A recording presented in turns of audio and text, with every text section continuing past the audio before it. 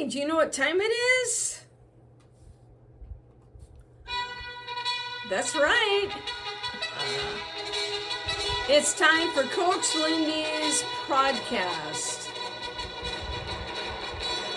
The podcast to get you moving. Hi, I'm Lindy Hutchinson, a certified life mastery consultant with the Brave Thinking Institute.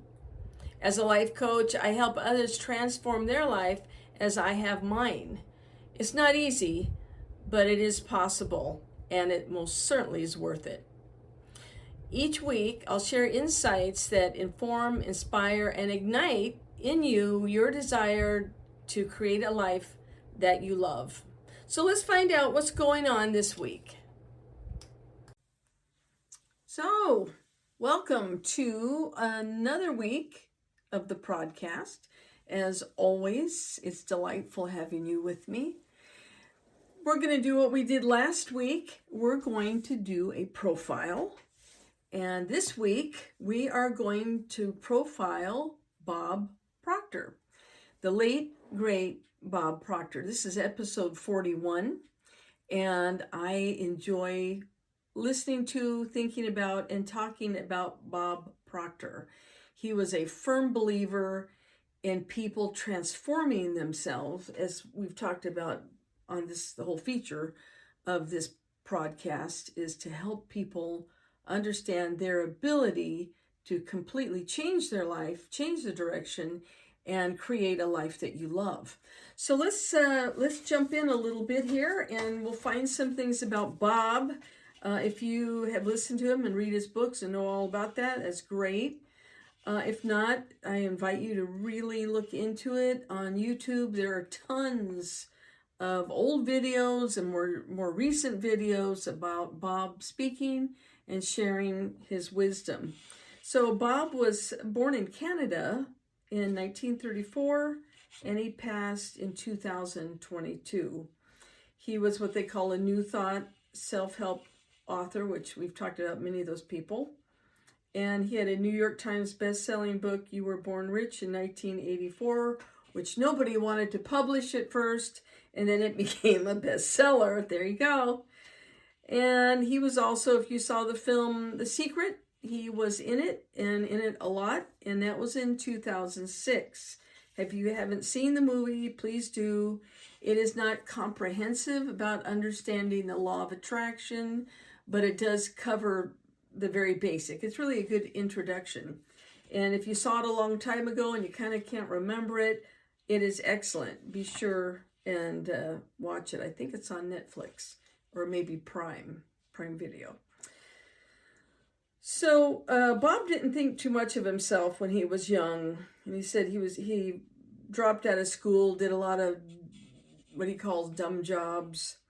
Anything that came along, he really didn't have any direction. He was even into his early 20s. He had been a sailor for a while, but he never been on a ship for the Royal Navy in Canada. But it really was not illustrious at all. He worked for the Toronto Fire Department for a while.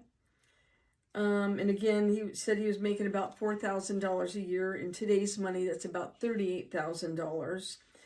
But he said he was in debt, in today's money, over $60,000. So he wasn't doing too well financially. At that point, he wasn't married. He didn't have kids. He didn't own anything. So he said it was pretty pathetic. And then a man by the name of Raymond Douglas Stanford gave him the book, Think and Grow Rich. And he ended up reading the book and not only changed his life completely, but he read that book the rest of his life. And in some of the videos, you'll see him hold up that book, and he has it taped. He's barely hanging on for life. But that became his Bible. It gave him something to read and go over and understand.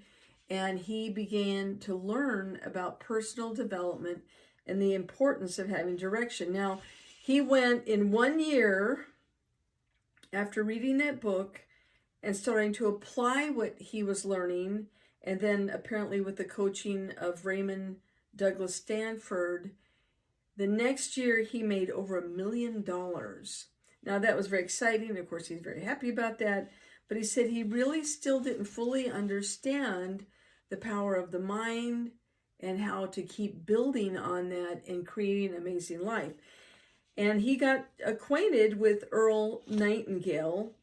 He tells us, I'm not telling this part of the story very well, but he and Earl ended up creating a show on the radio that was called The Strangest Secret. And I believe on YouTube you can still hear episodes of that. Now, what they talked about is pretty regular. If you listen to Tony Robbins and that, Jack Canfield, it's all normal. This is regular stuff now. But you turn the clock back many, many decades ago, that's not what everyone was talking about. So he really was a trailblazer. He believed it. He understood the power. He studied it, and it completely changed his life.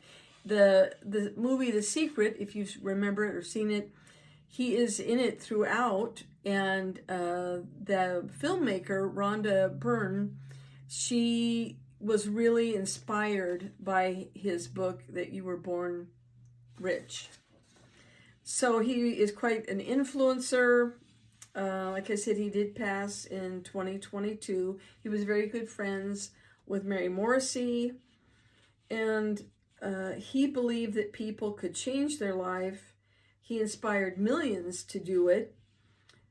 His careers of self-improvement, personal development spanned over 5 decades. And what the man did in his lifetime was truly phenomenal. He had written several best-selling books. He was an advocate for anyone changing their life. You didn't have to be royalty or have a special IQ or anything like that. And people found him very easy to relate to. They appreciated his honesty. And once he started learning and understanding more about personal development, he took off. He said, I want to teach people. And that's how he spent his whole life. He had worked with numerous Fortune 500 companies. He received many awards.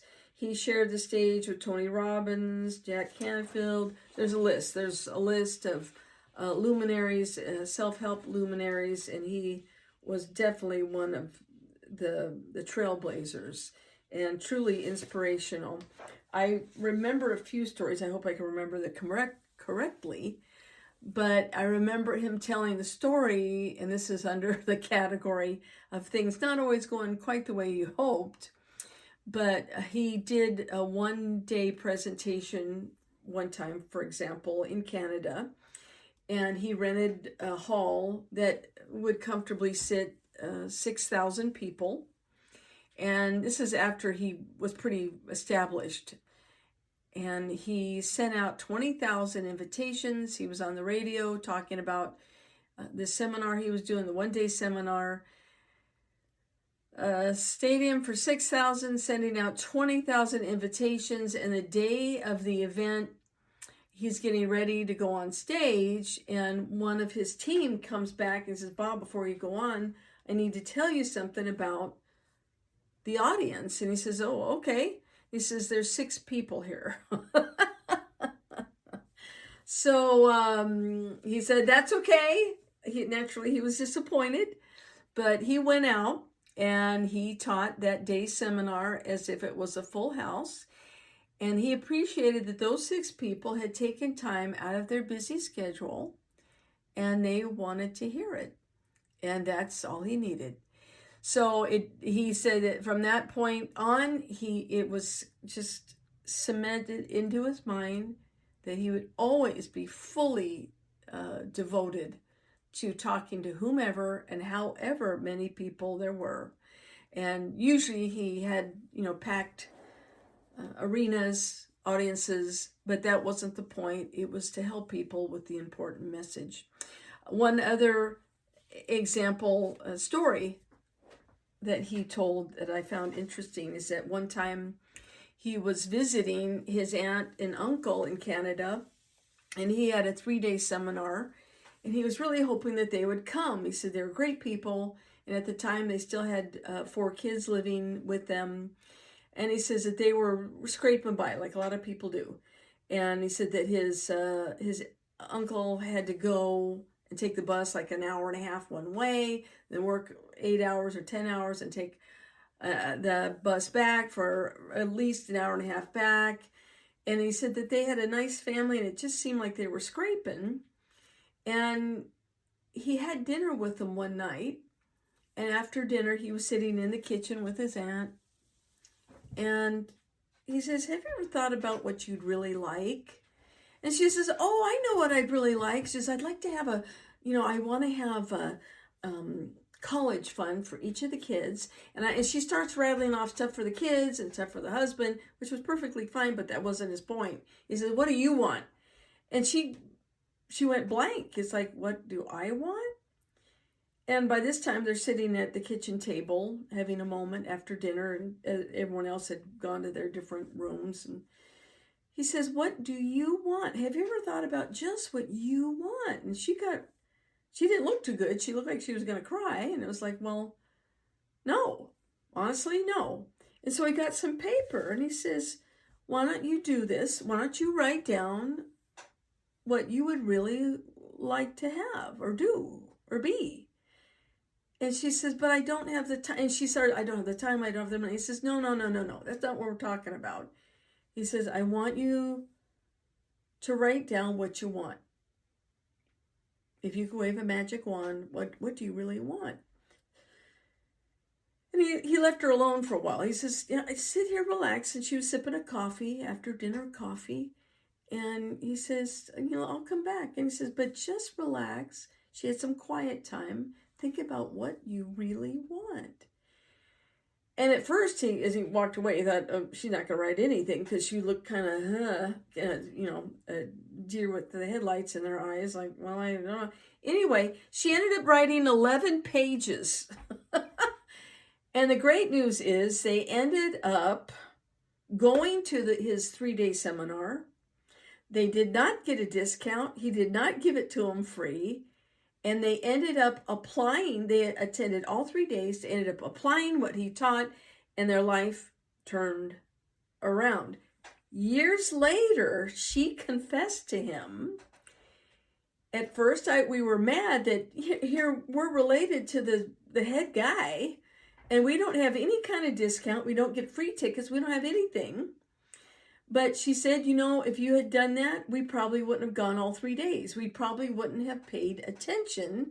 But since we paid full price, we were completely committed to get our money's worth. We applied it, we believed it, and then their life completely changed. So that was an amazing story about understanding what you're doing, what worth you have to give others, and not to discount something, because how does it go? Usually the people who pay attention, and that's exactly how it worked. So Bob Proctor, hero, amazing person. Get to know him, read his books. You Were Born Rich. Go on YouTube, look him up. Pretty amazing. Our top banana, Bob Proctor. Our power word for the week is anew. Our Train Your Brain thought for the week is create your world anew. That's exactly what he did, and that's exactly what he taught others to do.